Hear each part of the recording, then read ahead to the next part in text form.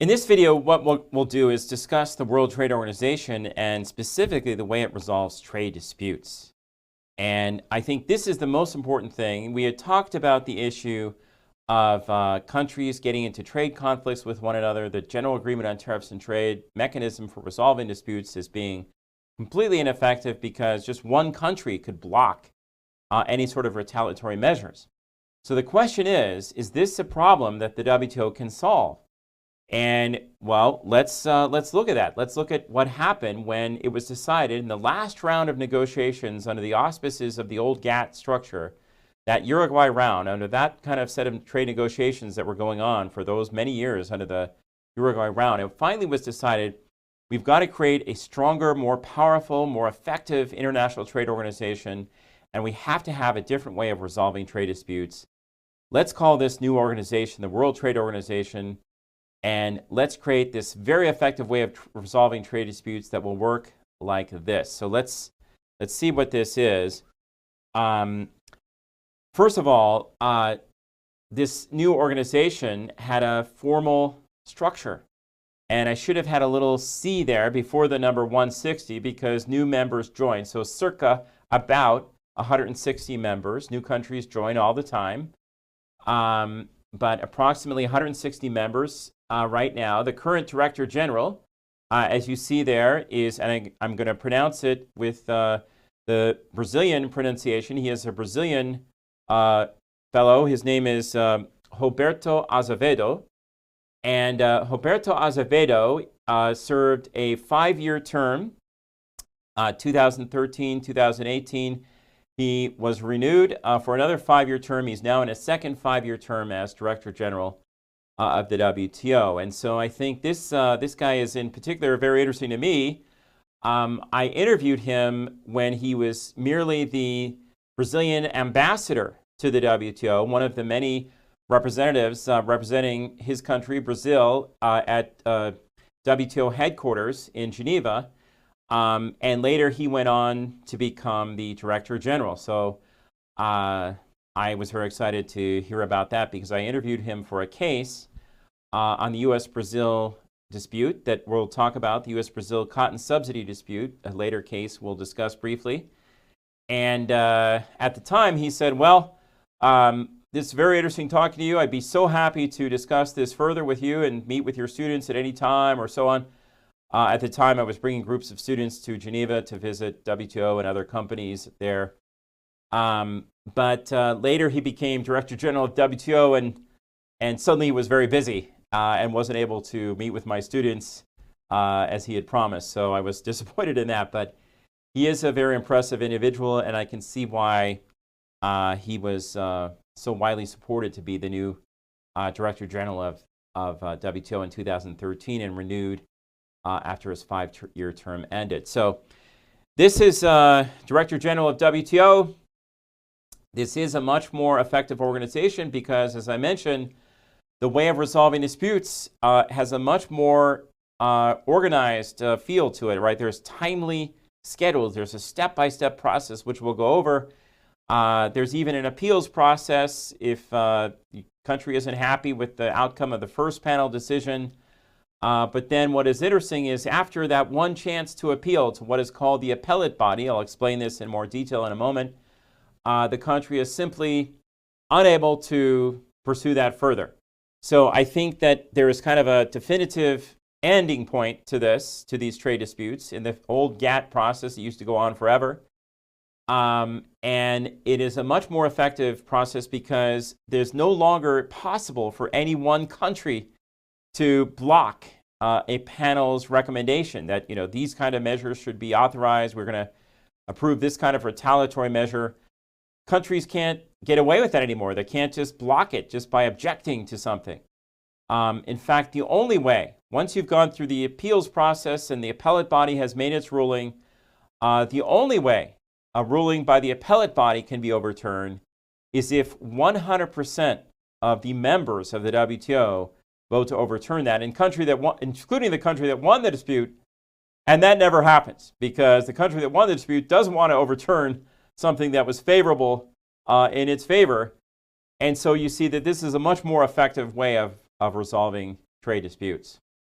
So the other thing that's important to notice about the WTO is it has a much broader agenda. So the old General Agreement on Tariffs and Trade dealt with trade in goods and services, and that was pretty much it, right? That was the GATT agreement.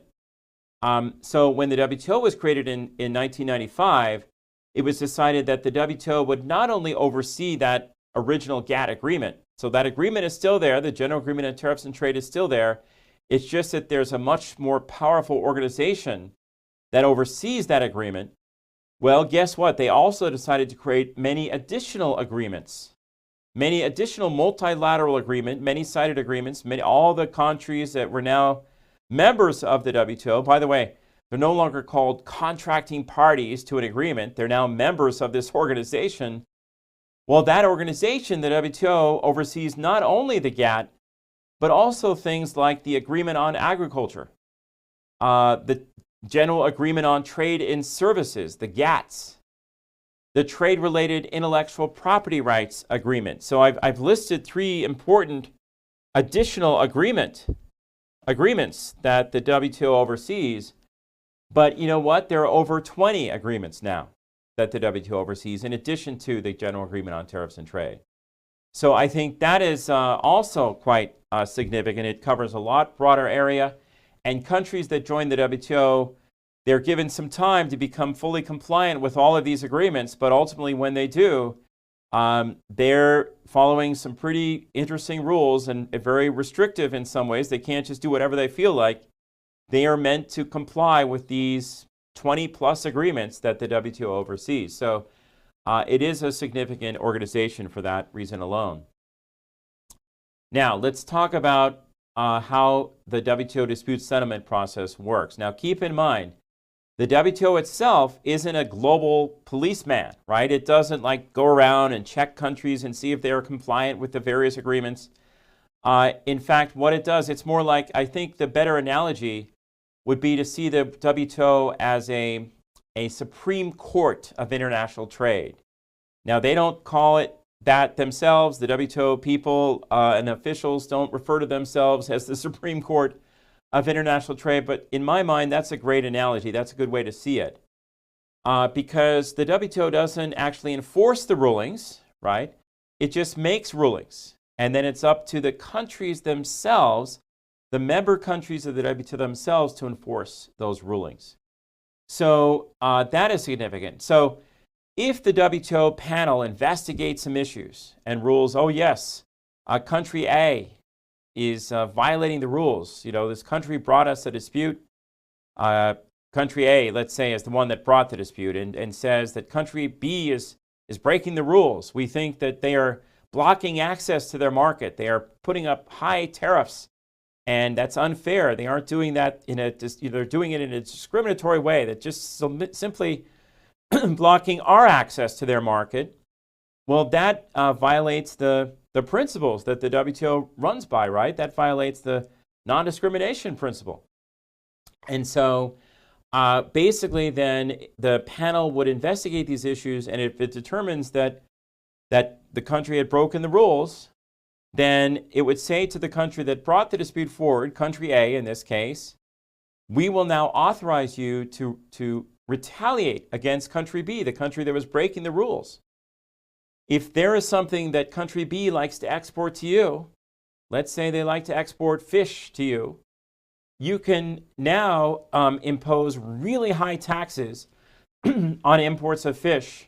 And we hope that, the idea is that that would do so much damage to country B's economy because they rely so much on these exports of fish, their exports of fish to country A, that they would say, okay, we will stop the unfair practice. We will drop our tariffs on automobiles or whatever it is that was a violation of the rules, and that is how it is supposed to work, okay? So the sanctions are imposed by the member countries themselves, not by the WTO. Now, the key difference from the GATT is when the panels make these rulings, right? So the initial panel makes a ruling. If the country doesn't like that ruling, the country, that lost the dispute, in this case, you could say country B lost the ruling, it has one chance to appeal to what is called the appellate body, And the appellate body is simply a group of 7 legal experts. These are internationally renowned legal experts that serve a certain number of years on the appellate body. And they sit there in Geneva, Switzerland, and they review cases, appeals cases, right? It's an appellate court. This is like the ultimate Supreme Court of international trade, that appellate body. And so what they do is, if they decide that the initial panel's ruling was correct, they will uphold that ruling, and then that country has no further recourse. And so unlike the GATT, where a country that didn't like a ruling could just say, we don't agree with the ruling, and it could not be implemented, the retaliatory measures could not be implemented. Now, if the country doesn't like the ruling, it can go to the appellate body, but if the appellate body upholds that ruling, there is no further recourse. The only way an appellate body ruling can be overturned is if 100% of the members of the WTO vote to overturn it, including the country that won the dispute, right? And so my little case, if country A won the dispute, they'll be, rejoicing, so happy. The appellate body upheld their favorable ruling. They're not going to vote to overturn that, right? So that is why the final rulings of the appellate body really are final and carry some teeth to them, right? Really mean something. And so the only way they can be overturned is by reverse consensus. But since that never happens, right? Every single country of the WTO voting to overturn it, including the country that won the dispute, that reverse consensus never occurs. The appellate body rulings are final. That is why this is really different from the GATT, where just one country could block the rulings. And so if you look at how this works, there is a very timely process, at least in theory, right? So if country A says, we think country B is breaking the rules, we think they have violated this or that, well, we are going to bring this dispute to the WTO. The WTO will say, well, first, no, let's try to settle it out of court. Let's try to have you resolve this. We'll have some consultations, maybe some mediation, see if we can resolve this before moving forward. If that doesn't work, then the WTO will set up a panel. And this panel will consist of experts who have some expertise on the industry. Maybe they're experts on the auto industry, trade policies, for example, right? And the WTO will set up this panel. Usually it's 3 members. They intentionally want an uneven number of members because that way the panel can, the third member can break a tie if there's 2 members that disagree on something. And so the panel of experts will be set up, and the panel will investigate the issues, right? Now, keep in mind, the panel cannot move forward and proceed until both parties to the dispute agree with the composition of the panel. If country A says, hey, I think that panelist there is biased, and he's in favor of country B, he's going to rule against us, that panelist is removed until both parties are satisfied that the panel is objective and non-biased. So again, it's similar to the court system, right? Where the jury would be composed, and if one of the lawyers says, that juror is biased against my client, the juror is removed and replaced with a new juror until everyone is satisfied that the jury is non-biased.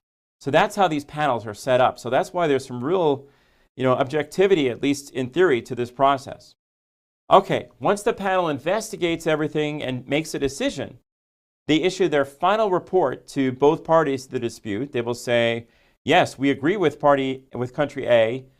Country B was breaking the rules. They might say that, or they might say country A is wrong. Country B wasn't breaking the rules. Whatever they decide, they will then issue that final report to all the WTO members. Okay, and then finally, if there is no further appeal, the dispute settlement body, which is all the members of the WTO, will adopt the report. Right? If nothing happens, there's no appeal, then the report is authorized, and here's what the panel might have said, right? They will include in their report, we believe, yes, country B did break the rules, and we also therefore authorize retaliatory measures by country A to get country B to stop breaking the rules, right? And so they might authorize tariffs, right, for example, against country B something that country B likes to export to country A. So as I gave in my previous example, they might like to export fish to country A.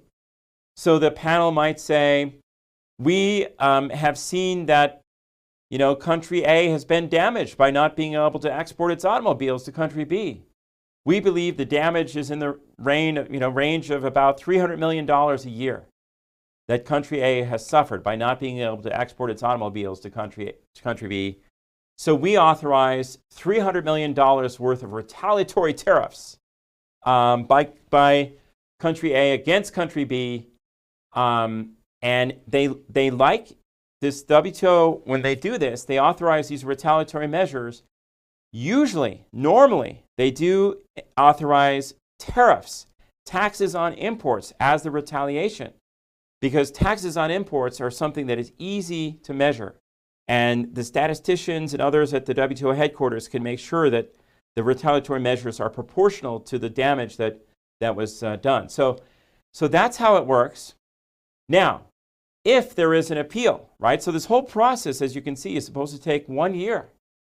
But if country B says it's unfair, we want to appeal, they can take their repeal to the appellate body. And the appellate body, as I mentioned, is this panel of 7 legal experts. They come from all over the world. Many of them are university law professors, maybe from Harvard University or from some famous university in Japan or African university. They're famous jurists, legal experts. And they will review everything that happened in panel A and was all the evidence considered, were the proper procedures followed. And if they decide that if the first panel was correct, they will uphold the ruling, and then there is no further recourse. Country B, that's the end. You have to accept it. Now, if they vote to overturn the ruling, they can do that too. There is no further recourse. Country A can't disagree, right?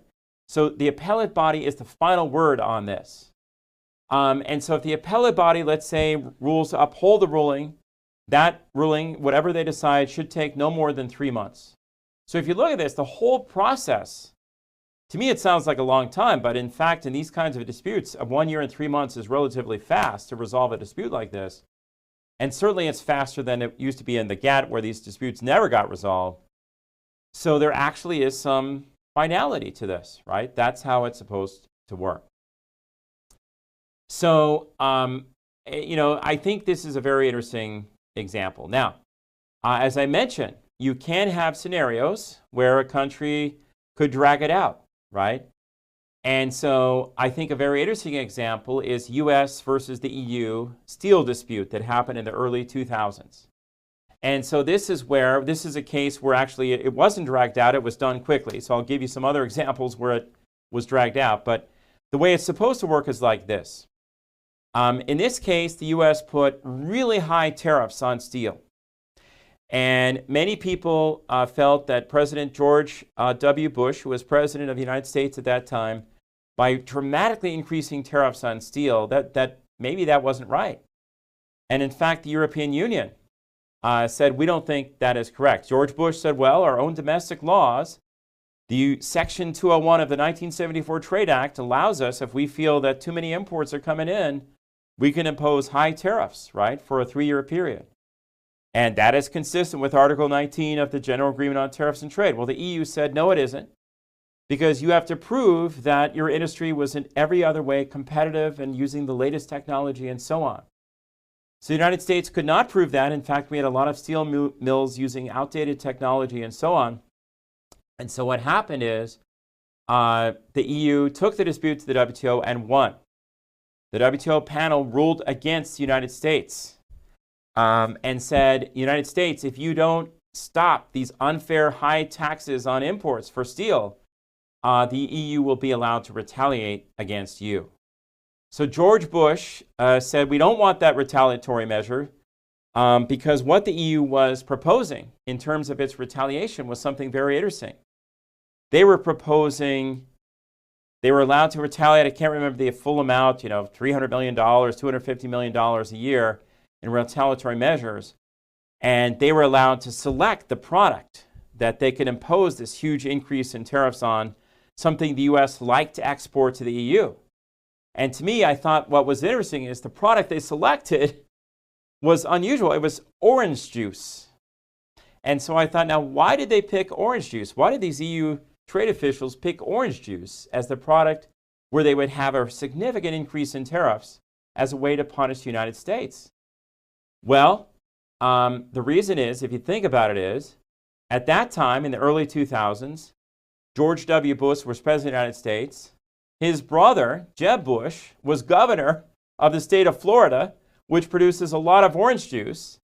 And so it's no wonder, right? The EU did that on purpose. They knew that if they said they were going to have a huge increase in tariffs on orange juice, that would have a negative impact on George Bush's brother, Jeb Bush, and the ability of the state of Florida to export its orange juice. So that's why that George Bush immediately dropped the tariffs on steel, and you see the process worked. But there are other times where the process doesn't work, or at least it takes much longer than a quick turnaround as it did in that case. And so an example of this might be the big dispute between the EU and the US over beef hormone products. So the issue here in this case is the United States. In the United States, we inject most of our cattle, over 90% of our cattle, with hormones. So they grow very fast and they grow quickly and strong. And, some people don't like to eat beef that has been injected with hormones. They feel it could have an adverse impact on their own health if they eat this. So the United States has said, and we've used all kinds of studies, and at least most studies until now have shown that there doesn't seem to be at least any direct connections with at least the more recent hormones we're using now in adverse impact on human health, at least so far, right? So far. I'm still a little squeamish myself about eating beef after seeing some of these kinds of studies, but so far the scientists are saying there doesn't seem to be an impact on human health. Okay, the EU saw that evidence and said, we don't care. We're imposing a ban on imports of beef anyway. Now, there is an agreement, one of the many agreements the WTO oversees, called the Sanitary and Phytosanitary Measures Agreement. It's a long-winded agreement. I won't go into all the details, but basically what that agreement says is, yes, of course a country can ban imports of certain animal products or plant products if it believes that there could be a danger to human health or to other crops or something like that. And of course, if you can prove scientifically that there's a danger, you can ban those products. But it has to be internationally accepted scientific evidence. You can't just decide you're going to ban for no reason and we're going to ban these products. So the EU, unfortunately, did not have sufficient scientific evidence, at least the WTO panel decided it didn't. And so when the United States brought this dispute to the WTO and said the EU is unfairly blocking imports of beef that is injected with hormones, the US won the dispute. Now, the EU appealed and the US won again on appeal, right? And so that meant the EU was forced to drop its ban on imports of beef except if they didn't do that, if they didn't drop their ban, the U.S. would be allowed to retaliate, impose retaliatory measures. Well, guess what? The EU did not drop its ban, so the U.S. retaliated. And we imposed dramatically high increases in tariffs on things like cashmere sweaters and Roquefort cheese and various other kinds of things, Spanish hams, that came from Europe. But we did this for 14 years. And the European Union officials said, we still don't care. We're still going to ban imports of beef that has been treated with hormones from the United States. So because of that, the United States kept this ban on, kept its retaliatory measures on, but the EU would not budge. So finally, the Obama administration said, okay, we'll drop our retaliatory measures if you promise to import more organic beef from the United States, which the EU was very glad to comply with. So the traditional beef industry, I must tell you, however, is very upset, right? Was very upset with the Obama administration because they said this is unfair. They should have been opening up their market to imports of U.S. beef treated with hormones. But whatever reason, so this is a case where you could argue the dispute settlement process lasted much longer than expected because the EU did not budge. There was not a successful outcome, at least from the actual dispute settlement process, and we had to do this kind of side deal to resolve it. So not every case is resolved as quickly and easily as 1 year and 3 months. There's another famous case where the EU was giving special privileges to former colonies in the Africa, Caribbean, and Pacific nations and importing their bananas at much lower rates, much lower tariff rates than imports from Latin America. And since U.S. companies like Chiquita Banana had plantations in Latin America, they were very upset with this. And so they finally brought a case to the WTO. They pushed the U.S. government to bring the case to the WTO. And again, this is a very interesting case where the U.S. Won that dispute. And so I think this one was another interesting example, and there's a lot more nuances to this, but these are some interesting cases. Now, this is an example. This one is very interesting where somehow there was a loophole in the U.S. laws that allowed U.S. companies to set up foreign sales corporations. And so what that meant was even if a U.S. company had, let's say just a post office box somewhere in the Cayman Islands, right?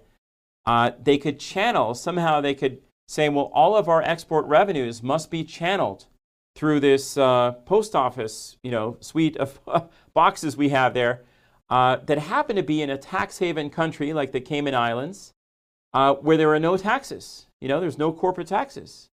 And so all of these export revenues we're making in Europe and other places, well, they all are being channeled through this particular location. Therefore, we don't owe any taxes. We don't owe any export taxes on them, you see, because it's a tax-free location. And so this was, in a way for the U.S. to kind of a accounting trick where big U.S. corporations like Microsoft and Boeing could avoid paying taxes on their exports revenues. So I think this is the U.S. was doing this, and the EU got very upset, brought a dispute against the United States in the WTO. They won the dispute, and they were authorized to retaliate in the amount of $4 billion in retaliatory tariffs against the United States. This is per year. They were going to be allowed to impose really high tariffs. So the United States made some quick little cosmetic changes in the law, but really didn't change anything, and said, well, we've complied with the ruling. And it took a while for the EU to recognize, no, you didn't comply, right? And so they had to keep going back. And so this took some time, and the U.S. was able to kind of postpone making changes to its policies until finally it had to resolve this and did make the changes. So sometimes these disputes are a little more complicated, trickier than they might seem in theory. If you write your group project on one of these disputes, you'll see how it's can be much more complex than it really works, at least spelled out in that little timeline. Nevertheless, at least the argument is there at least are some rules now in place, and sometimes these disputes do get resolved quickly. And so the question is it working? Well, countries seem to be bringing more and more disputes to the WTO to get resolved. They say that shows some faith in the system. Even the United States will now bypass sometimes its own domestic trade laws and say we're going to go directly to the WTO and get it resolved that way. And if you do get a dispute resolved that way, you have the legitimacy, right, of the WTO process. You can say, look, this is something that almost the whole world, over 160 countries, have agreed to.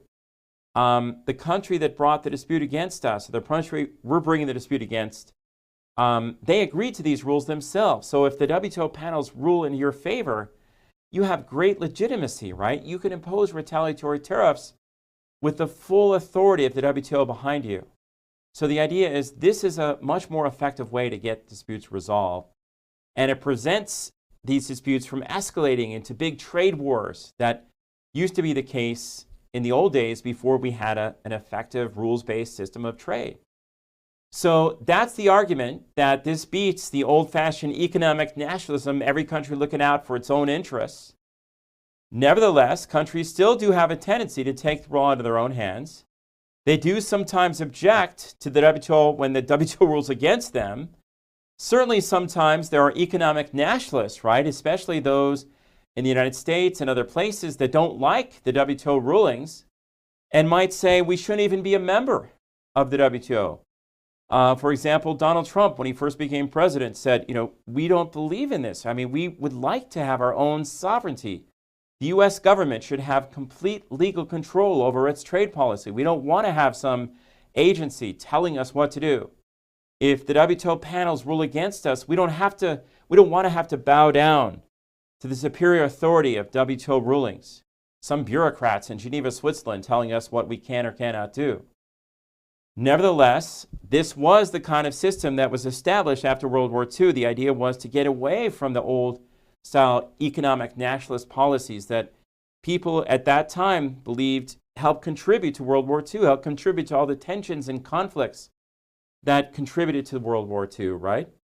So the idea is that this would create a more liberal order, a more open, free trade kind of system, that the people that created the WTO, actually back in World War II, right after World War II, that created the General Agreement on Tariffs and Trade, they believed that this free trade would be beneficial for all nations, and that some limited government intervention from time to time by this international institution, initially just the GATT, but later a more powerful World Trade Organization, that kind of institution, that sort of strong, powerful, multilateral, many-sided institution composed of representatives from all the governments, that institution built in to the global economy, embedded into the global economy, that would create a more effective and successful global economy. So clearly, the people that created this organization, they were embedded liberals. And the people that work at the WTO are embedded liberals.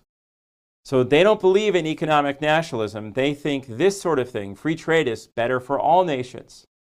Reducing barriers between trade is better for all nations.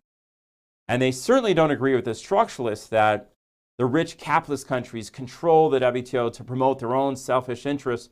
No, the embedded liberals at the WTO would really be upset if anyone said that to them, right? They would say, no, we are trying to work for global prosperity.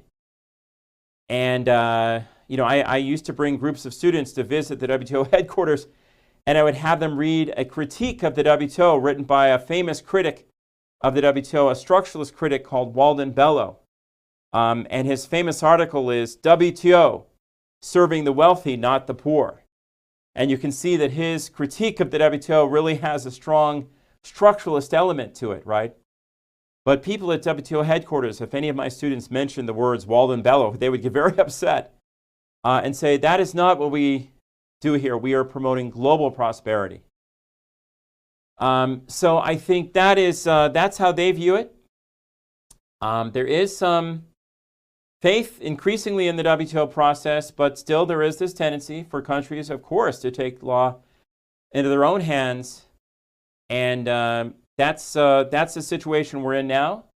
But I at least wanted to explain to you how the WTO works, how it resolves trade disputes, and how you can avoid getting into these kinds of disputes, or at least see them coming, now that you have this increased knowledge.